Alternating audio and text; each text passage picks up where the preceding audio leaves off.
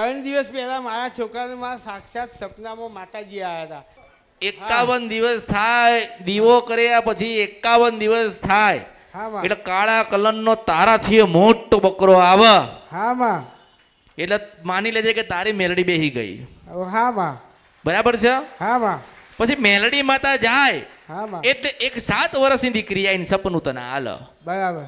એટલે 7 વર્ષ દીકરી કેમ તારી પાસે આવી, શેના માટે આવી, આટલી કેમ તૈયાર થયેલી હતી? એ 7 વર્ષની દીકરી આટલા સમય સુધી આવી નહીં ને અત્યારે કેમ આવી?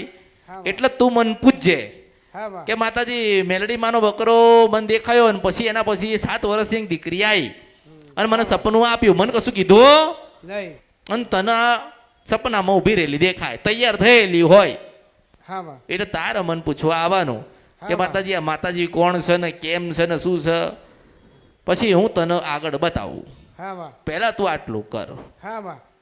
છોકરી 7 વર્ષથી સપનામાં આવશે, કશું કહેશે નહીં, કોઈ માતાનું નામ નહીં આપે અને આપણે અહીંયા આવીને માતાજીને પૂછવાનું કે આ સપનું આવ્યું હતું પણ કંઈ બોલ્યા નથી, એનો જવાબ અહીં મળશે. અહીંયા જ મળશે બધાને જવાબ.